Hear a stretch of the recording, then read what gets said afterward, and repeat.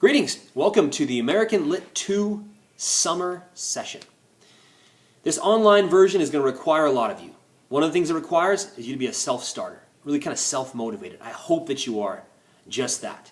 To help you in that venture, I've put together what I think is a list of very interesting texts. None should bore you.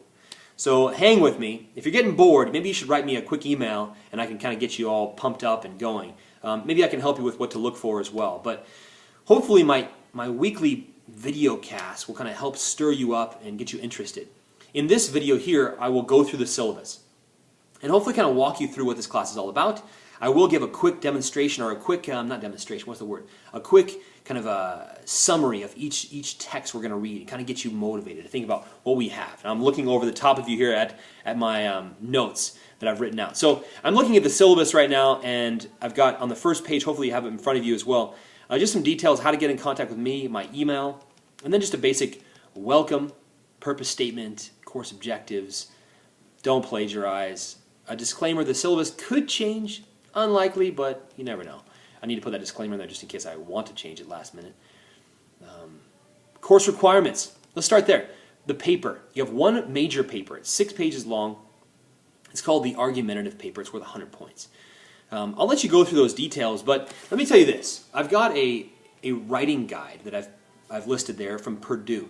University of Purdue, or Purdue University, has put together a really cool writing guide. I love this. I use it for all my classes. It's a free guide. It's very meticulous. I mean, it goes through every detail of paper, from thesis, creating a thesis, to writing an outline, how to make a good research paper, how to put a works cited page together. All these are on this site, so I challenge you, I encourage you to get on there and make the most of it. I would use it for all your classes. If I can encourage you to do that, I think it'd be a good idea. What else about this major paper? The details are there. I don't want to bore you by just reading them. I think you can look that over yourself, but I want to encourage you with that Purdue University guide. That's very important for the major paper.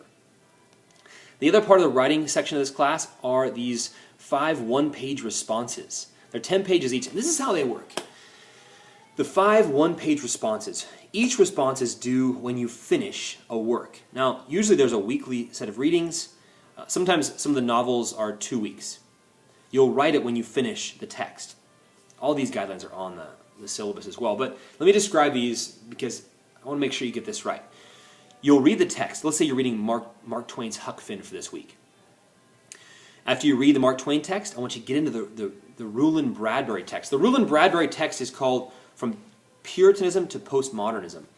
You go into the index, use the Rulin Bradbury text as a source, as a source, more like an encyclopedia, if you will, because these guys write about all these different authors.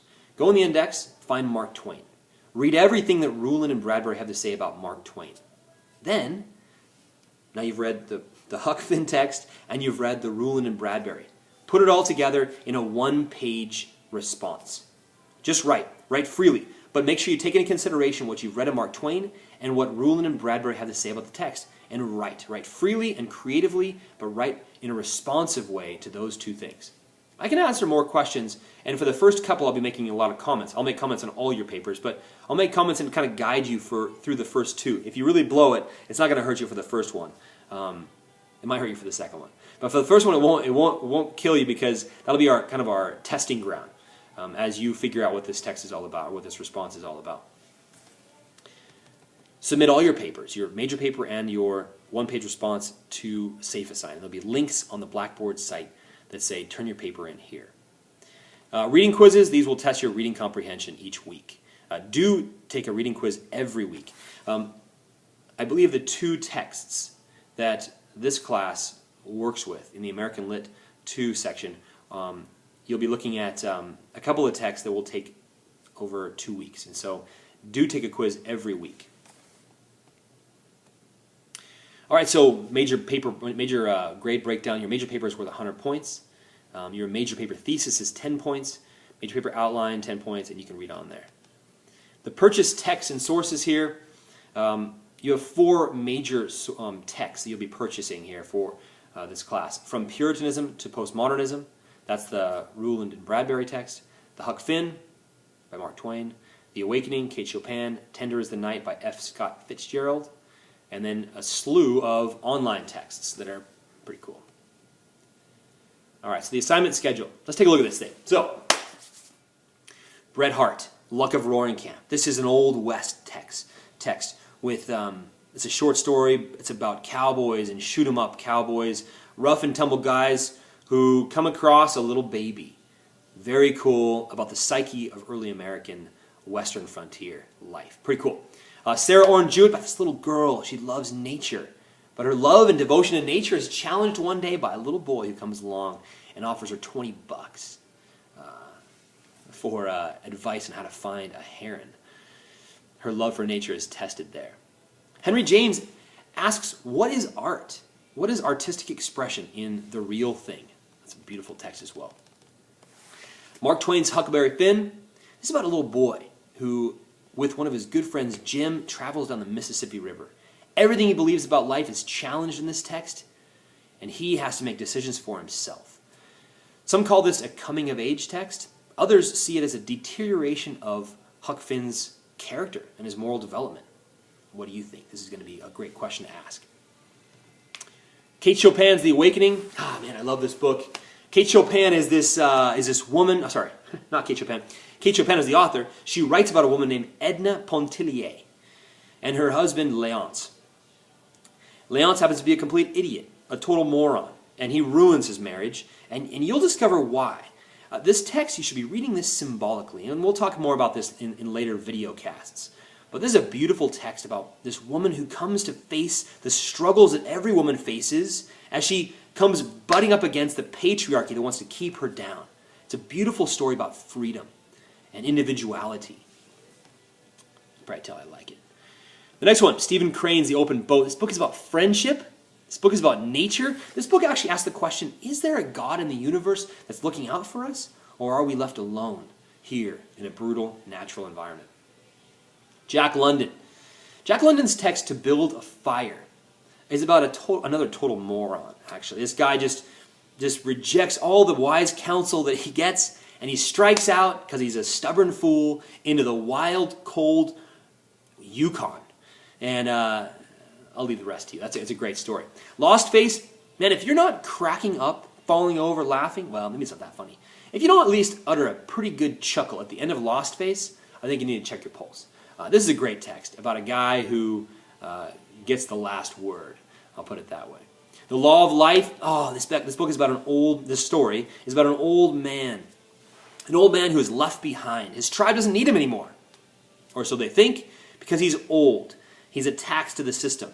This story is about euthanasia. It's about society. It's about the elderly. Tender is the Night. F. Scott Fitzgerald. I just actually went out to watch The Great Gatsby, the movie. I'm not sure I can give it a full recommendation, but it's pretty interesting. It definitely picks up on some of the idiosyncrasies, the nature of life in the Roaring 20s, the 1920s. And F. Scott Fitzgerald really works with the society of the 1920s. I happen to think that Tender is the Night is a better story than The Great Gatsby. Hopefully you will too. But this story is about extravagance. It's about youth. It's about age. It's about wisdom. It's about life and passion. It's about sacrificing yourself for monetary gain. What does that do to your psyche? It's about a guy named Dick Diver and what he sacrifices for affluence and for extravagance. Beautiful work. That brings us to the end of the class, end of the readings, that is. The week 9 I've left open for some catch-up, but also just for dialogue between you and me about papers and the paper you're going to be writing. You'll need to obviously start the paper back in week 7 with a thesis, submit your thesis idea to me, and then you'll have the outline due week 8, and week 9 you have your major paper due. The final page of your syllabus goes over the mission and purpose of our university, Concordia University. Our university is a Christian university, and as a faculty member of this university, I believe in Jesus Christ as my personal Savior. If you have questions about that and what it means to be a Christian, or what it means to look at the world through a Christian worldview, I'd love to dialogue with that about you as well. Really, all of my teaching comes from this worldview. As I see myself as a child of God, and as I see myself in a world that God has made. I can always answer more questions about that if you'd like. Otherwise, welcome to the class, get reading, and send me emails about any questions you might have. Look forward to working with you.